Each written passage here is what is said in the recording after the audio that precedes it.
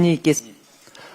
내란 수계 윤석열에게 무기징역이 선고됐습니다. 사형 선고를 고대한 대다수 국민의 상식과는 거리가 먼 판결이었습니다.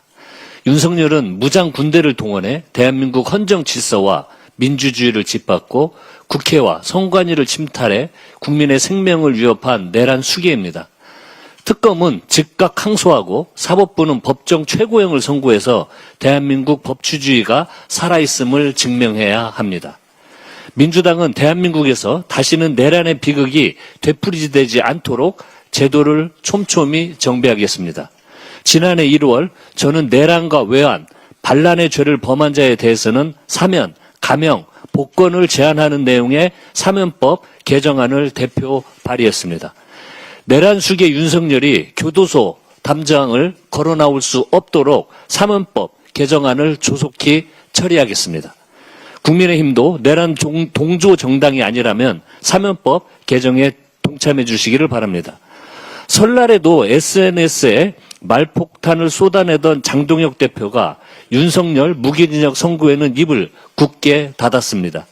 사법부가 국가적 비상사태를 촉발한 내란 수계에 대해 판결을 내놨는데 어떻게 제1당의 야당 대표가 공식 입장을 한 줄 내놓지 않을 수 있습니까?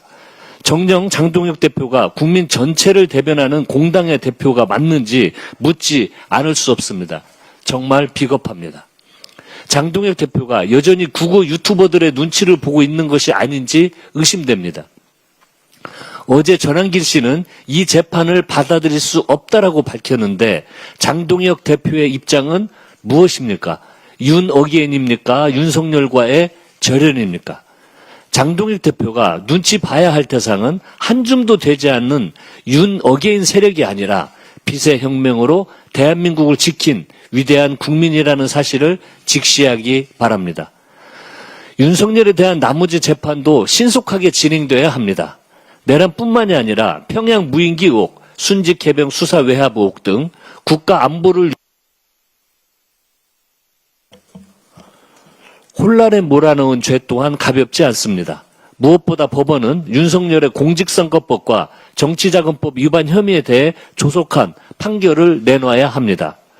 제20대 대선 당시 허위사실 공표로 유권자를 우롱하고 여론조사 결과를 무상으로 제공받고 공천권을 대가로 준 행위는 엄히 처벌받아야 마땅합니다. 만약 해당 혐의에 대해 벌금 100만 원 이상의 형이 확정된다면 국민의힘은 보전받은 선거비용 전액을 반환해야 할 것입니다.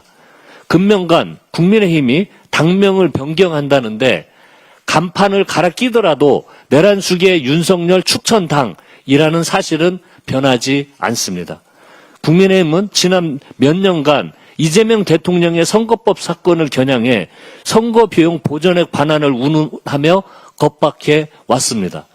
심지어 2024년 11월 국민의힘 주진우 의원은 당선 무효형 선고 이후 선거비용 보전액에 대한 징수 면탈을 막기 위한 공직선거법 개정안도 발의한 바 있습니다. 사법부에 요청합니다.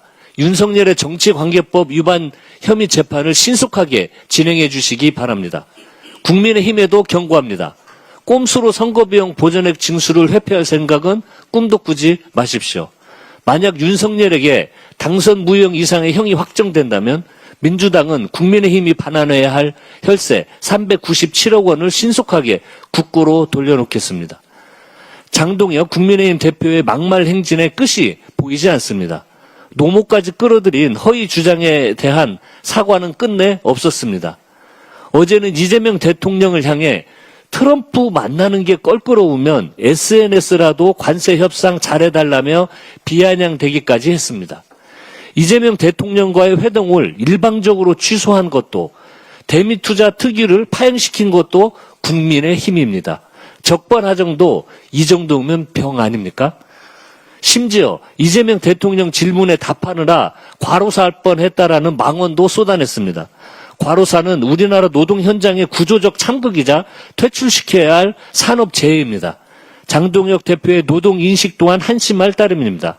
사사건건 이재명 정부의 발목을 잡는다고 등 돌린 민심이 돌아오지 않습니다. 이제라도 국민 앞에 섰고 대자하고 이재명 정부의 대한민국 대전환에 협조하시기를 바랍니다.